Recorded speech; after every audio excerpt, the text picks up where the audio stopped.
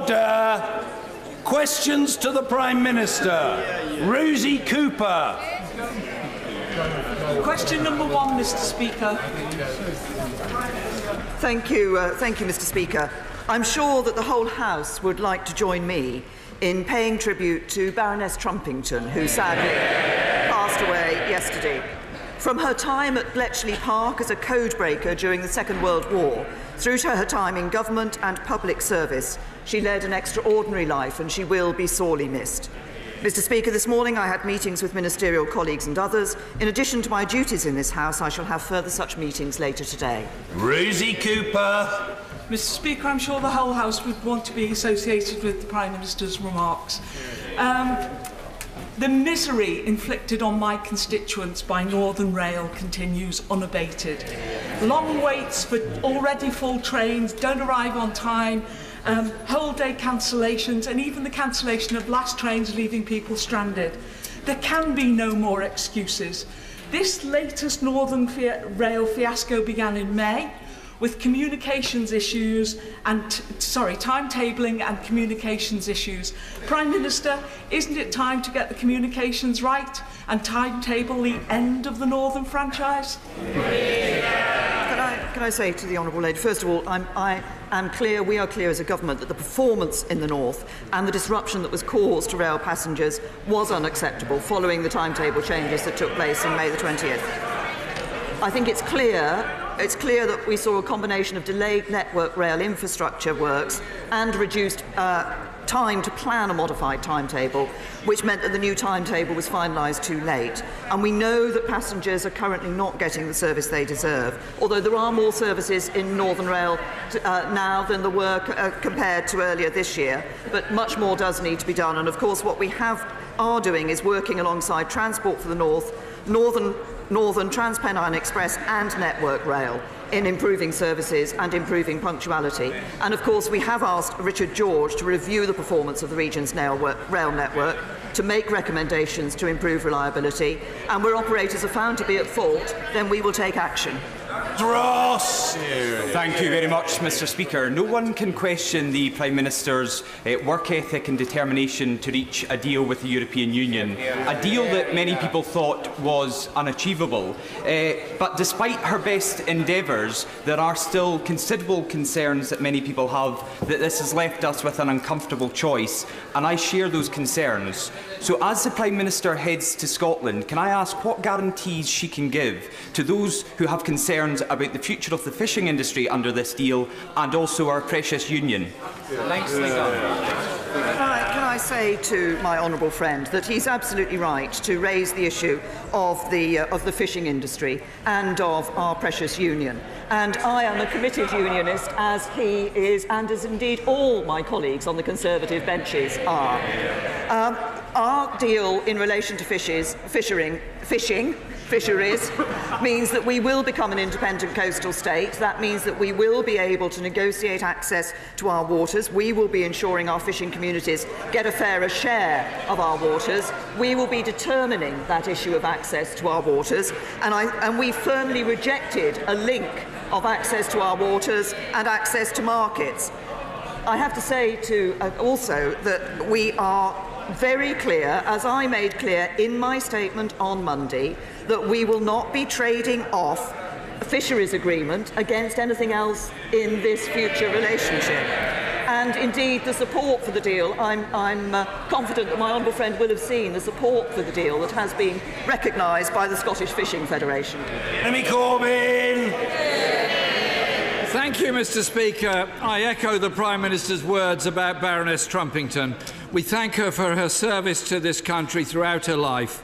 We'll also remember her as a great code breaker and a very demonstrative member of the House of Lords with her physical symbols. And also her wit on Have I Got News for You. I also, Mr. Speaker, want to pay tribute to my friend Harry Leslie Smith. Harry passed away early this morning in Canada. Harry also served in the war. He was an irrepressible campaigner for the rights of refugees, for the welfare state and for our National Health Service. He was passionate about the principle of health care for all as a human right. We thank Harry for his life and his work. On Sunday, The Foreign Secretary said of their Brexit deal, it mitigates most of the negative impacts. Can the Prime Minister tell us which of the negative impacts it does not mitigate? Can I first of all, I'm sure that the whole House will wish to pass our condolences as well to the family and friends of Harry Leslie Smith. What we see behind the analysis that we have published today, and indeed the Chancellor recognised this morning, is that our deal is the best deal available for jobs and our economy that allows us to honour the referendum and realise the opportunities of Brexit. This analysis does not show that we'll be poorer in the future than we are today. No, it doesn't. It shows we'll be better off with this deal. What would make us poorer, what would have an impact on our economy for the future, would be the policies of the Right Honourable Gentleman. More borrowing, higher taxes, fewer jobs. The biggest risk to our economy is the Right Honourable Gentleman and his shadow Chancellor.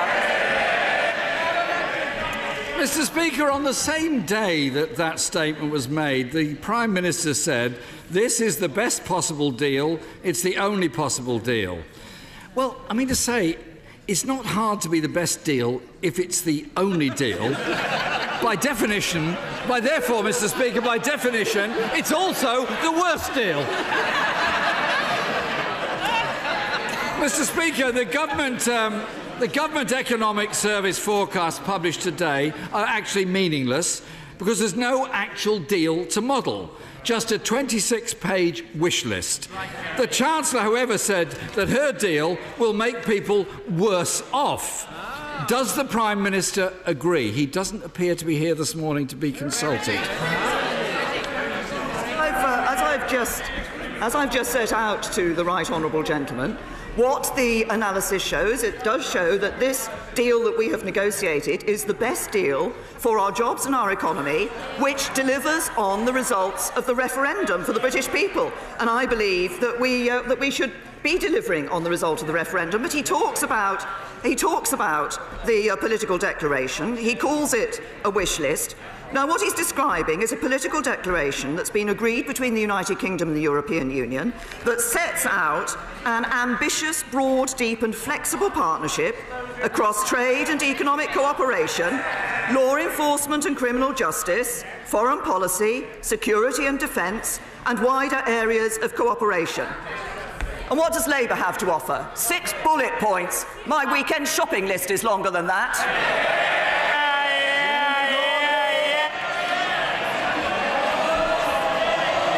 Mr. Speaker, after 8 years of making our economy weaker through austerity, their botched Brexit threatens more of the same. Professor Alston said in his damning UN report into UK poverty, and I quote, "In my meetings with the government, it was clear to me that the impact of Brexit on people in poverty is an afterthought." In her Chequers plan, the Prime Minister promised frictionless trade with Europe after Brexit. Her future partnership guarantees no such thing. Does the Prime Minister understand why MPs are queuing up not to back her plan? I can tell the Right Honourable Gentleman who is backing my plan. Farmers in Wales, fishermen in Scotland, employers in Northern Ireland.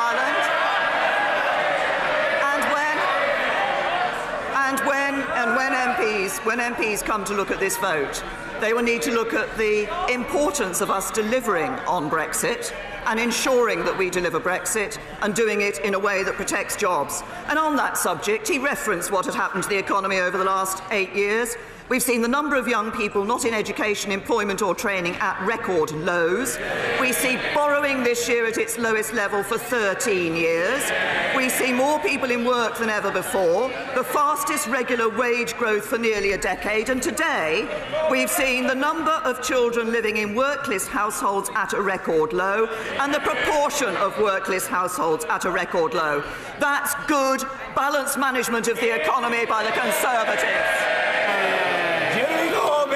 Mr. Speaker, if it's good balanced management of the economy, then why did Professor Alston say there are 14 million people in our country living in poverty?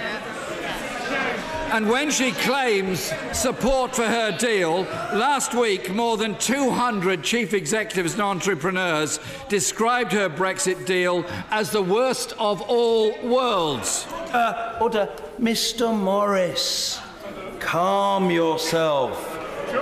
Take some sort of soothing medicament if that is what is required. But above all, calm yourself. Jeremy Corbyn. And, Mr. Speaker, a private email that CBI sent round says of the deal, no need to give credit to negotiators, I think, because it's not a good deal.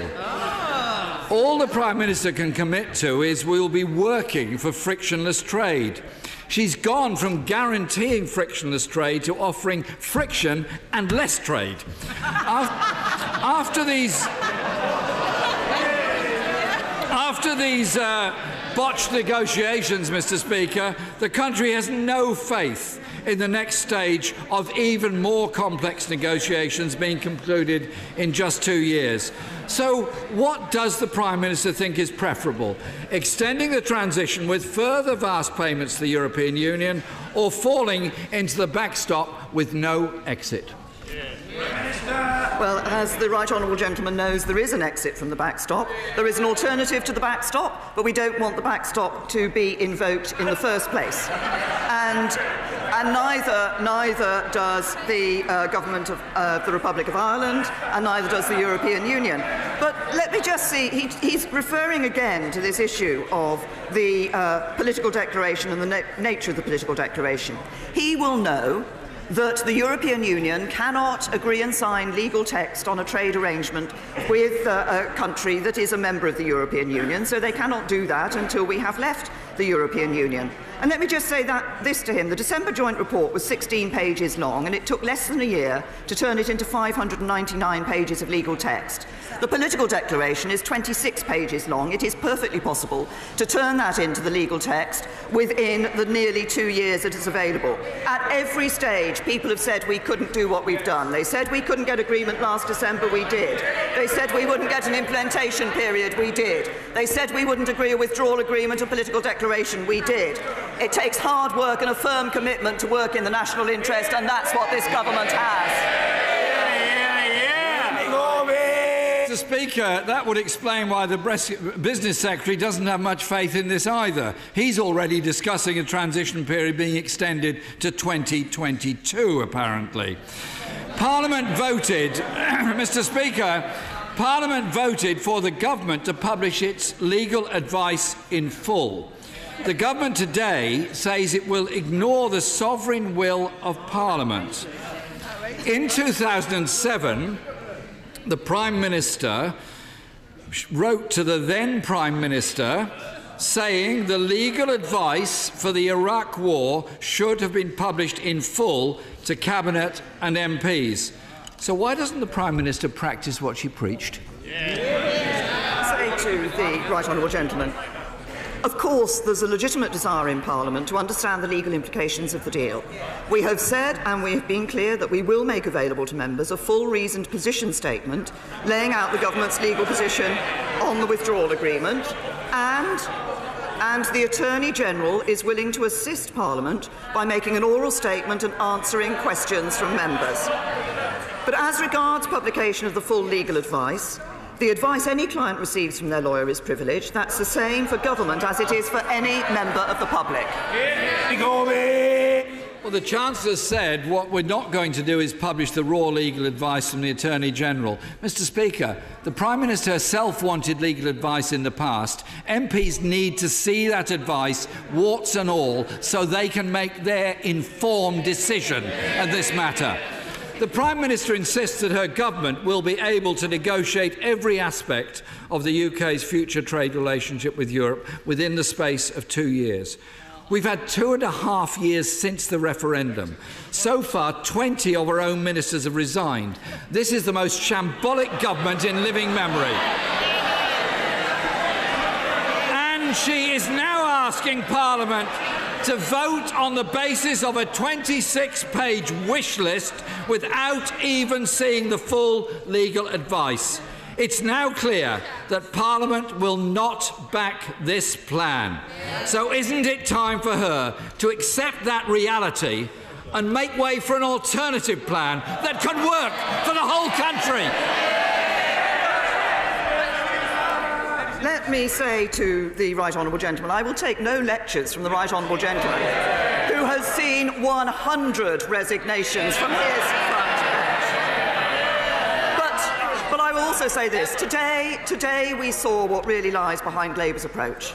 Last night, the Shadow Chancellor told an audience in London that he wanted to seize upon a second referendum and vote Remain. So now we have it. They want to cause chaos, frustrate Brexit, overturn the will of the British people, and that would be a betrayal of the many by the few. John Lamont, Mr. Lamont. Mr. Speaker, Small Business Saturday takes place this week. This is a great campaign which encourages us all to support local shops and businesses across our land. In Scotland, there are over 340,000 small and medium-sized businesses supporting 1.2 million jobs. So will the Prime Minister join me in congratulating the Federation of Small Business and all the small businesses who take part in this event, but particularly Lindsay Grieve, the butcher in Hoyk, Stems, the florist in Jedburgh, and Archie Humes, the Gentlemen's Outfitters in Kelsey. Can I thank my honourable friend for raising what I think we should all accept across this House as an excellent campaign, and I look forward, when I'm in his neck of the woods, perhaps to being able to visit some of the excellent shops that he has just quoted. It is important that we help small businesses, and that's why we're taking over 655,000 small businesses out of paying any business rates at all.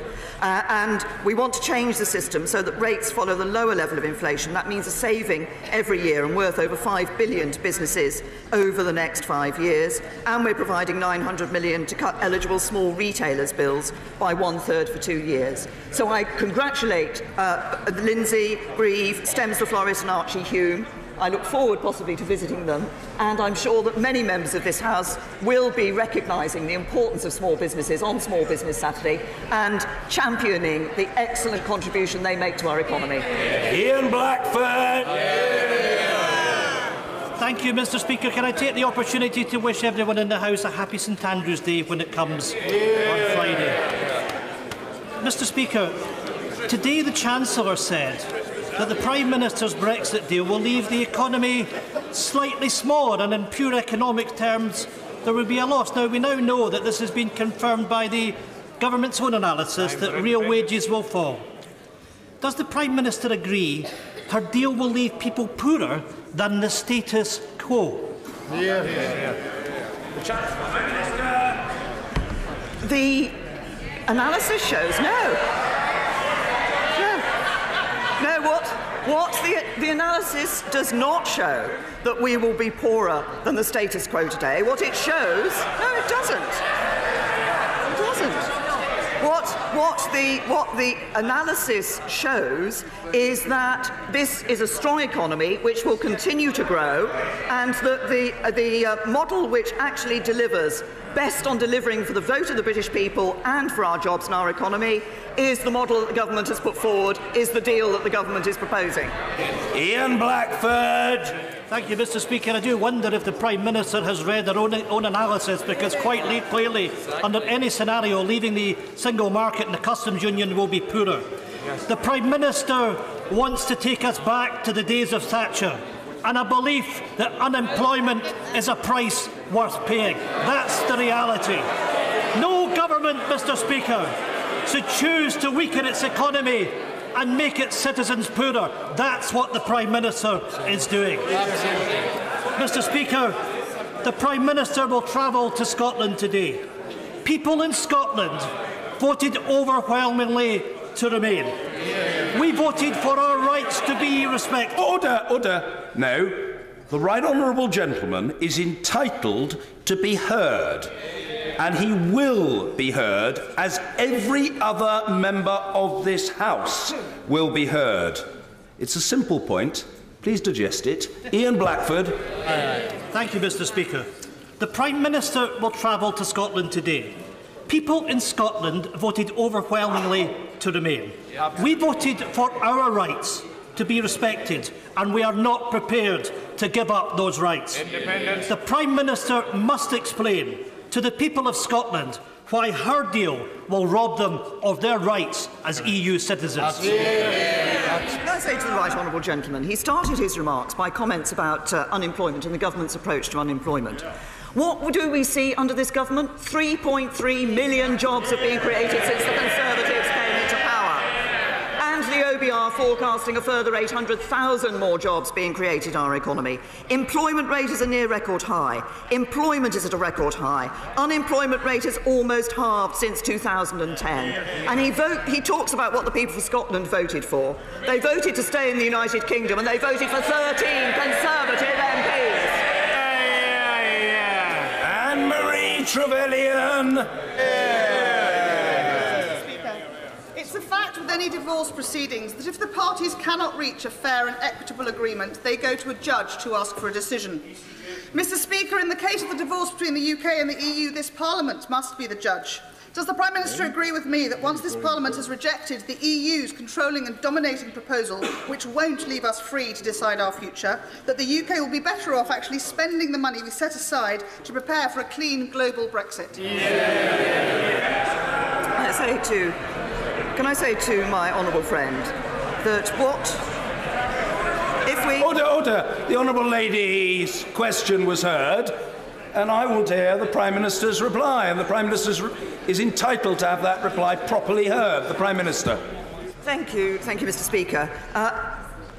Backing this Brexit deal means that we will control our own borders, we'll end free movement once and for all, we'll protect jobs with a deal that's good for our economy, we'll no longer send vast sums of money every year to the European Union. We can spend it on our priorities, and we'll be able to strike free trade deals around the world, as well as taking back control of our laws and having a good security partnership. But if we reject this deal, we go back to square one with damaging uncertainty that would threaten jobs, threaten our investment and the economy, and lead to more division. I mean, there was less time to focus on the issues that our constituents wish us to focus on. So I think the choice is backing the deal in the national interest so we can build that brighter future, or going back to square one if it is rejected. Tracy Brabin. Thank you, Mr. Speaker. My constituent, Matthew, is one of those very brave people who've waived their anonymity around abuse they suffered at the hands of a member of the Church of England. The Prime Minister will be very aware of the harrowing evidence coming out of the independent inquiry into child sexual abuse, which could have been prevented if a law on mandatory reporting had been in place. International evidence shows mandatory reporting doubles the number of children placed into safety when introduced. Will the Prime Minister commit to protect children and introduce mandatory reporting across all institutions, including the Church of England? Well, can I first of all say how sorry I am to hear of the case of her constituent Matthew and the abuse that he suffered. Sadly, what we have seen coming out of this independent inquiry is too much abuse that was allowed to carry on for too long, and too many people suffered as a result. And it isn't just the case that they suffered at the time the abuse was taking place. That suffering remains with them to this day. And I think we should all recognise that. Now, she's raised the issue of mandatory reporting. We did look at this very carefully indeed, when I was Home Secretary, we looked at this very carefully. Actually, there is mixed evidence as to the impact that mandatory reporting has. And there is some evidence that some evidence that it can actually lead to the genuine cases not being given the resources that they require. But I say to the Honourable Lady, I don't want her to be in any doubt of the seriousness with which I and this government take this issue. We are repairing, doing our best to repair. I won't claim we can fully repair, but doing our best to repair by giving some sense of justice to those people who suffered at the hands of too many institutions, including institutions of the state, for too long. Theresa Villiers. Mr Speaker, many of my constituents are worried about crime, and the Chancellor in his budget speech acknowledged that policing is under pressure because of the changing nature of crime. With decisions on the National Police Funding Settlement imminent, can I urge the Prime Minister to make sure we can get more police on the beat in Barnet and beyond? Can I say to my right honourable friend, I recognise the concern that she has expressed, and I'd like to reassure her that obviously we have been protecting police funding since 2015. We have enabled police forces to further increase funding through the council tax precept, and this year, including council tax, there's an additional £460 million available to the police. But I recognise that the issue that she has raised, and we will continue to ensure that the police have the resources they need to cut crime and keep our communities safe. But of course there is also a role for Chief Constables and Police and Crime Commissioners as operational leaders and elected local representatives to decide how best to deploy resources to manage and respond to individual crimes and indeed to local crime priorities. Chapman. Mr Speaker, thank you. I know the Prime Minister is visiting Scotland today, and I hear that there's already great dancing in the streets. So but like most Scots, I've been absolutely horrified by the arrogant, shambolic and non-inclusive way in which the government have gone about the Brexit negotiations over 2 tortuous years. What lessons has the Prime Minister learned so we can have a very simple, more productive and faster negotiations when we decide to dissolve the Act of Union? Can I say to the honourable gentleman, he'll be well aware of the vote that took place in 2014 and the desire of the Scottish people to remain in the United Kingdom. We have, at every stage throughout the negotiations, been working with the devolved administrations. Indeed, my right honourable friend, the Chancellor of the Duchy of Lancaster, has been having regular meetings with the devolved administrations. Officials have been meeting them, so we have ensured that the voice of the devolved administrations has been heard in our negotiations. Simon Hoare. Thank you, Mr. Speaker. The small businesses of North Dorset's market towns play a vital role in our local economy. On the cusp of Small Business Saturday, can she assure me that she will, and if necessary, intervene to ensure that the rules governing the provision of rural cash machines are safeguarded and that the actual needs of our rural communities are recognised, therefore underpinning those vital jobs and businesses in our rural communities? Well, can I thank my honourable friend again for recognising the importance of small businesses, and particularly, as he says, in rural communities. And we recognise that the widespread free access to cash remains extremely important in the day-to-day lives of many consumers and businesses throughout the UK. Link, which is the UK's cash machine network, is committed to maintaining free access to cash through its extensive footprint of ATMs, and the Payment Systems Regulator set up by the government is ensuring that the UK payment system work in the interests of their users, and they regulate Link. And I can assure my honourable friend that the regulator is closely monitoring the situation and is holding Link to account for its commitments to maintain that broad geographic spread of ATMs across the United Kingdom. David Linden. Thank you very much, Mr. Speaker. Watching your premature baby in an incubator, hooked up to oxygen, being given assistance to breathe, is an incredibly difficult experience, and I can say that because both of my children have been through that. But the reality is, with statutory paternity leave, the law does not work for parents of premature babies. We spend weeks on neonatal intensive care units, and we want to take our paternity leave more than the 56 days.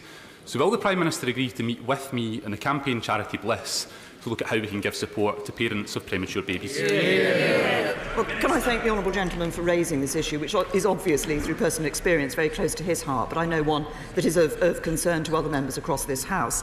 What I understand is that the Department for Business, Energy and Industrial Strategy is undertaking a review of the provisions for parents of premature babies, as they're the department responsible for the parental leave legislation, but also those that experience multiple births. And they're working with charities representing parents of premature babies, parents of babies who require neonatal care, to better understand the pressures and the issues that those parents have to face when their child is born prematurely or sick. They expect to be in a position to share the key findings of this review with interested parties in the new year, and I will ensure that the relevant minister from the department meets with him and the charity to hear that experience firsthand. David Amis. Last week a debate took place at Durham Union. The motion was, this House believes that the United Kingdom is less united than ever. I was part of the team opposing the motion, and we comfortably defeated the motion. Would my right honourable friend agree with those young people that the agreement this House is being asked to vote on actually threatens our union, was worked out by largely unelected people, and has a distinct Remain flavour? My honourable friend might not be surprised if I say, actually, I don't quite share his analysis of the deal that we've put forward. Look, this is a deal that does deliver on Brexit. I think this is important. It does deliver on Brexit, but it does so in a way that does protect our United Kingdom. That was an issue that I have set out in this House on many occasions, and it's one that we were very keen to ensure was dealt with in this deal. It's a deal that protects jobs, but it's a deal that delivers on people's vote to ensure that we leave the European Union, and that we do so in a way that delivers no free movement, no jurisdiction of the European Court of Justice, not sending those vast annual sums to the European Union every year. But can I thank my honourable friend for engaging with those young people in Durham and debating this matter with them. I think it's very important we get young people, ensure young people maintain that interest in politics. Dame Louise Ellman. Thank you, Mr. Speaker. The Chancellor has broadcast to the nation that Brexit will make the UK poorer. The Prime Minister's last-minute concession in Europe puts Gibraltar's future on the line. And our long-term trade arrangements are simply unknown. Article 50 can be revoked. Isn't it time for a people's vote with an option to remain? Can I say to the honourable lady, I mean, first of all, I've already referenced what the Chancellor said. Her reference to the Chief Minister of Gibraltar, to the issue of Gibraltar, goes absolutely contrary to what the Chief Minister of Gibraltar has said about the way in which the United Kingdom has absolutely stood by Gibraltar, and we will continue to stand by Gibraltar. She will have heard me saying before that I believe, in terms of a second referendum, it's important that we deliver on the vote of the British people. But I would also just ask her to consider this.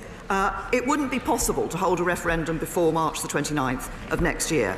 That would mean having to extend Article 50. She wants to extend Article 50, delaying Brexit, or leaving with no deal.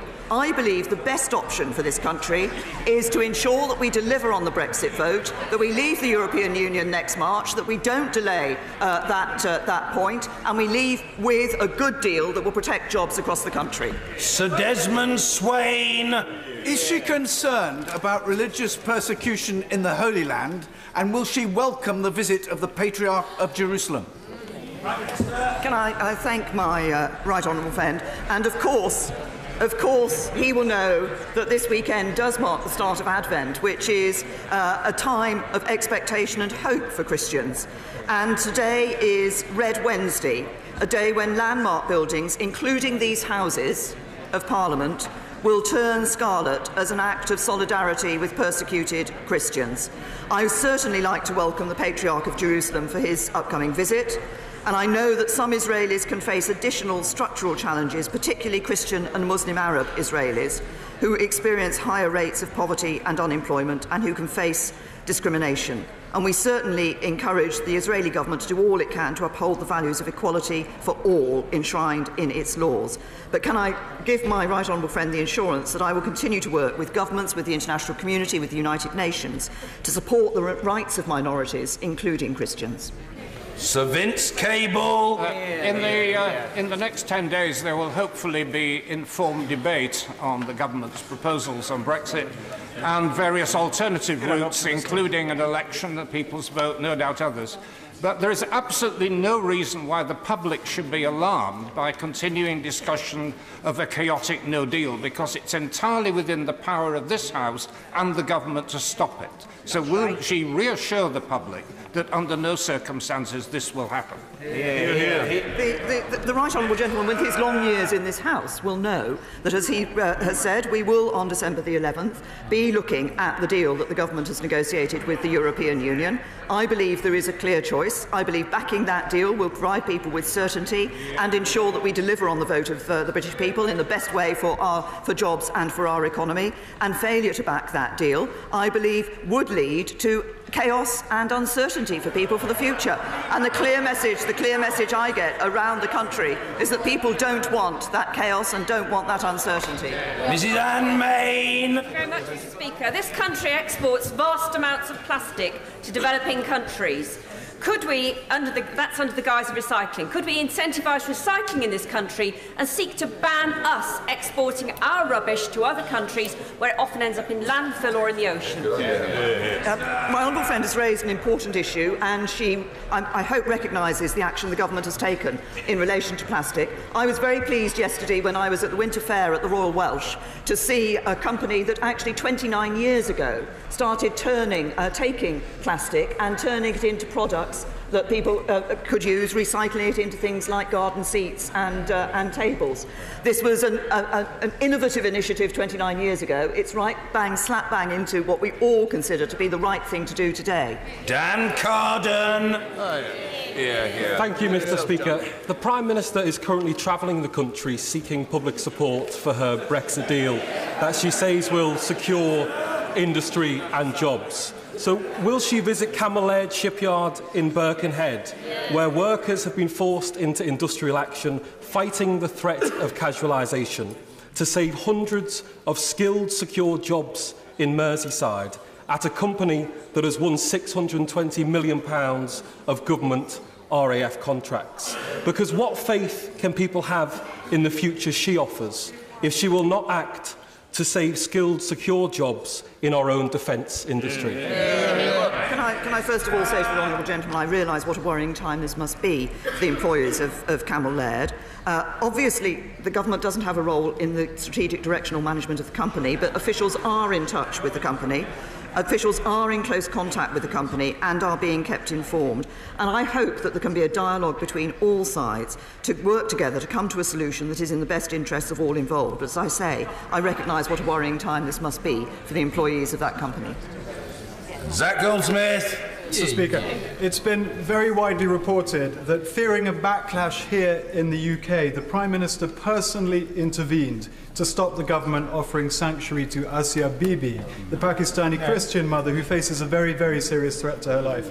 Can the Prime Minister please take this opportunity to put the record straight and to commit to doing everything this country can to offering sanctuary to that mother? Can I say to my honourable friend, first of all, I might say this in answer to a number of questions, but my honourable friend shouldn't necessarily believe everything that he reads in the papers. What the position of the government takes is very clear. The absolute prime concern that we must have is the safety and security of Asia Bibi and her family, and we want to see a swift resolution of the situation. And this is, obviously, there's a primary function for the courts and government in Pakistan, and the Prime Minister Imran Khan has publicly supported the Supreme Court. He's promised to uphold the rule of law while providing continued protection for Asia Bibi. We could approach this in two ways. We could say, we want to go out there and say something just so that we show that the UK is doing that. Or we can say what is right for Asia Bibi. We are working with other countries to make sure, as I say, that our prime aim, which is the safety and security of Asia Bibi and her family, are what is provided for. So we're working with others in the international community and with the Pakistani government on that. Mrs. Sharon Hodgson. Thank you, Mr. Speaker.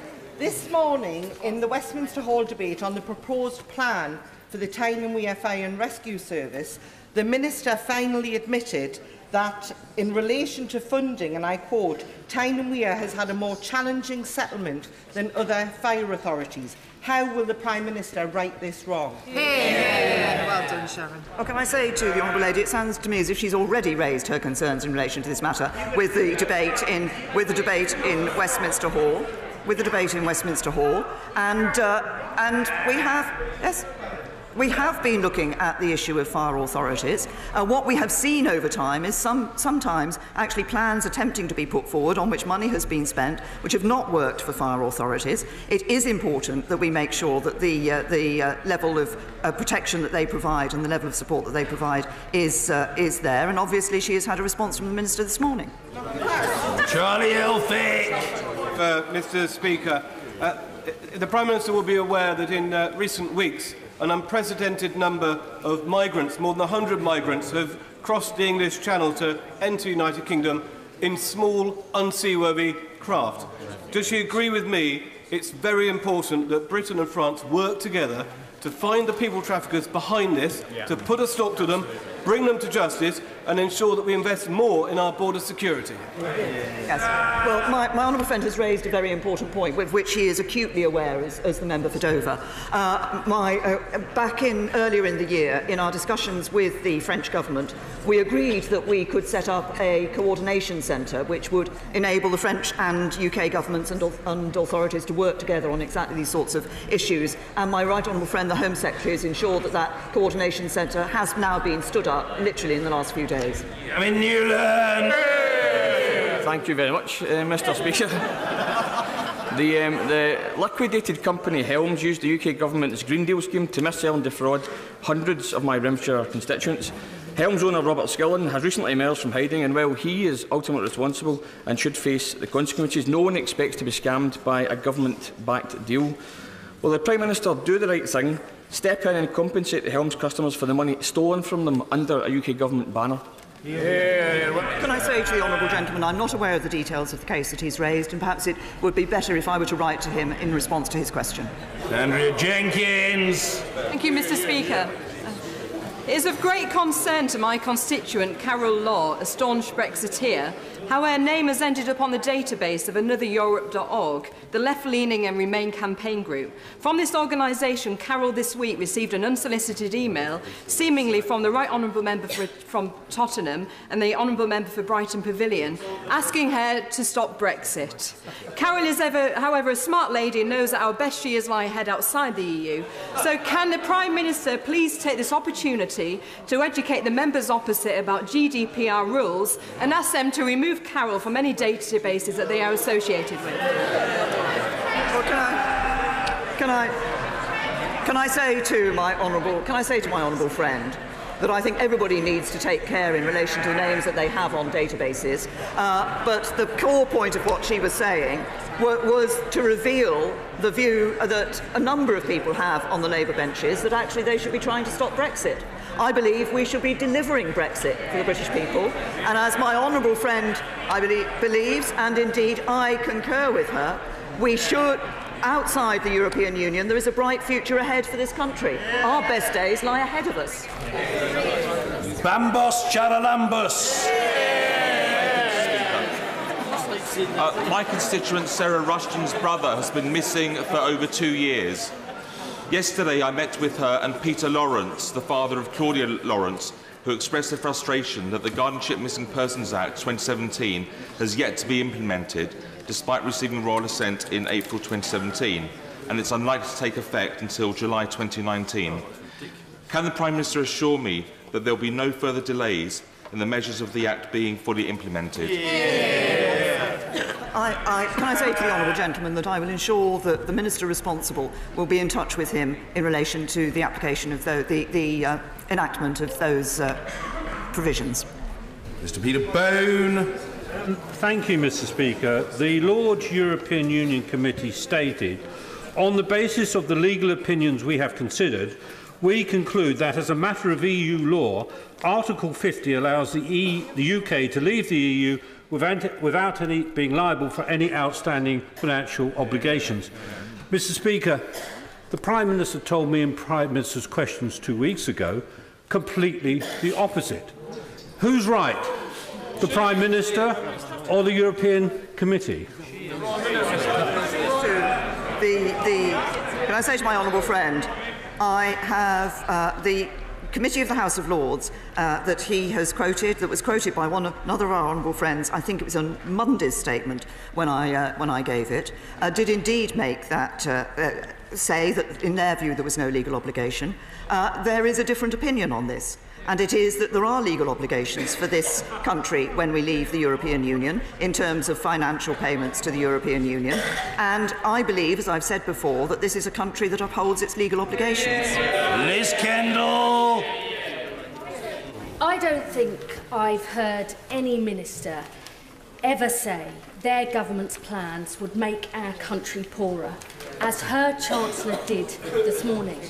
Is that what the Prime Minister came into politics for? Yeah. Can I be very clear? What the Chancellor made clear this morning is that the deal, the Brexit deal that delivers best for our jobs and our economy, that continues to see our economy growing. This is not a case of the deal making us poorer than we are today. Our economy will continue to grow, and that is what is clear from the analysis and what is clear from the Chancellor. Thank you. Order.